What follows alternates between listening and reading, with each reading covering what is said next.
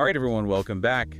Ready for another deep dive? Yeah, always ready to jump into something interesting. Well, today's topic is pretty heavy, actually. Yeah. It's a legal situation involving Jay-Z.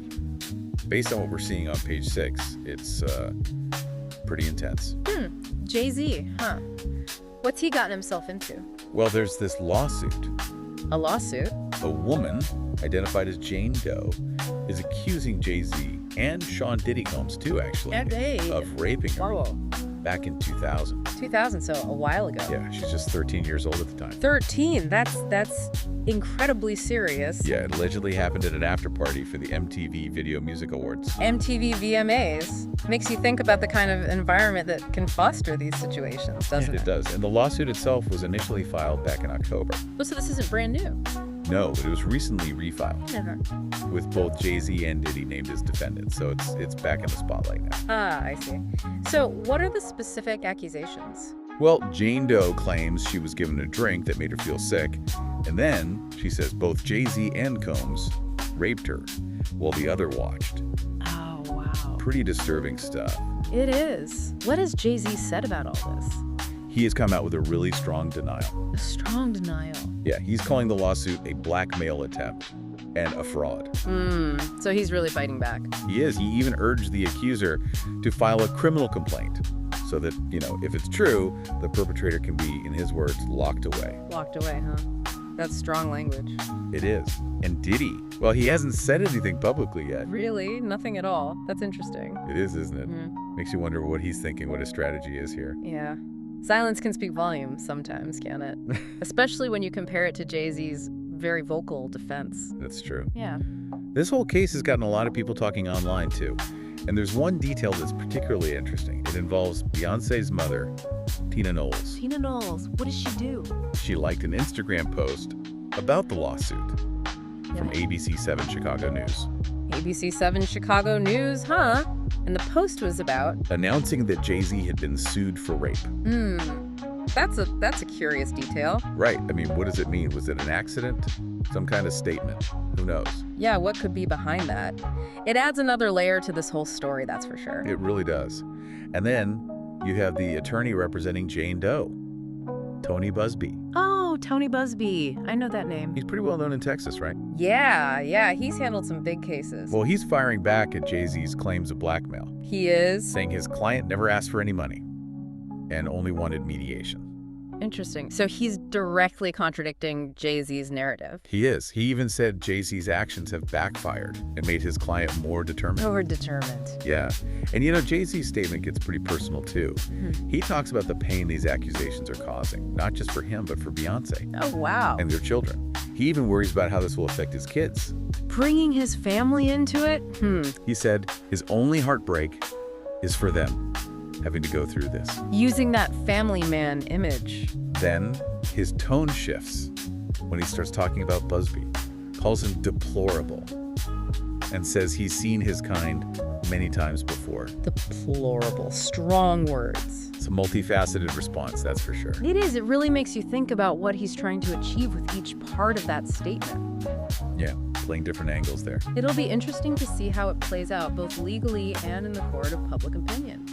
Yeah, and it makes you wonder how much that kind of image, that public perception, really matters in a situation like this. Right, does it sway people? It might, especially with someone as influential as Jay-Z. That's true. I mean, he really emphasized his background, too. He did, yeah. Said he was, a young man who made it out of the projects of Brooklyn. Powerful image. And that he has, quote, strict codes and honor. Strict codes and honor. Especially when it comes to protecting children. So he's really contrasting himself with Busby, right? It seems that way. Maybe even implying they come from different worlds. Yeah, with different values, different experiences. Exactly. I think that's a strategy. It could be. Trying to sway public opinion, Yeah, I mean, you have this global superstar, Jay-Z. Right. Facing off against an anonymous accuser. And a lawyer who, while well-known in Texas, might not have the same national recognition. Exactly. That difference in power, that dynamic, it can really affect how people interpret things. It makes you think about, how much weight those arguments really carry. Right. Not just in the court of public opinion. But in the legal system, too. Exactly. It's a question that goes way beyond this one case. And then you have Diddy.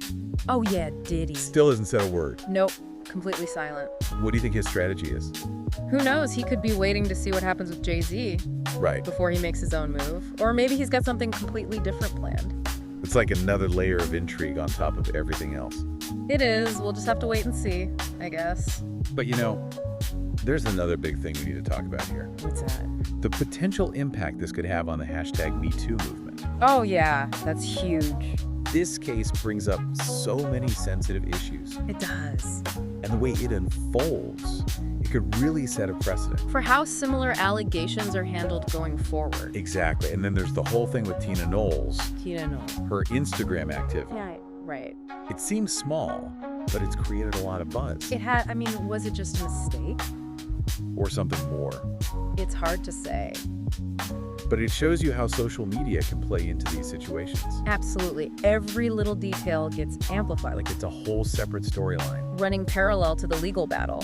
What do you think that says about, how interconnected everything is these days? It shows these situations aren't just confined to courtrooms anymore. Right.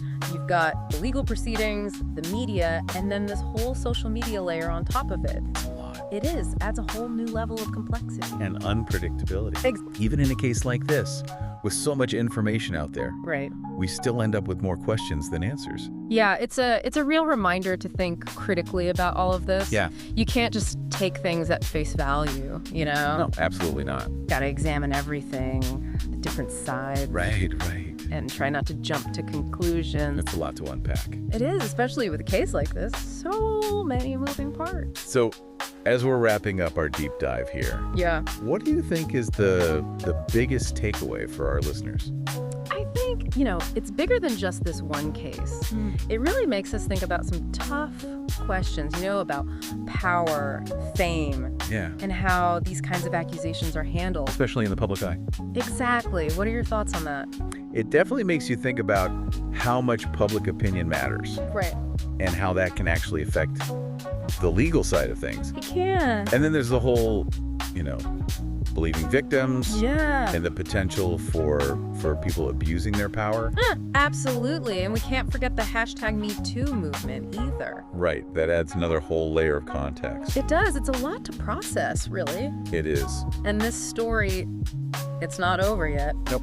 Who knows what's going to happen next? Exactly. So to everyone listening, I encourage you, keep following this story. Yeah, see how it develops. See what new information comes out. And think about how it all fits together. Because like we've seen, it's anything but straightforward. It's complicated. And hopefully this deep dive gave you some new things to consider as you follow along. That's what we're here for. Thanks for joining us, everyone. We'll see you next time.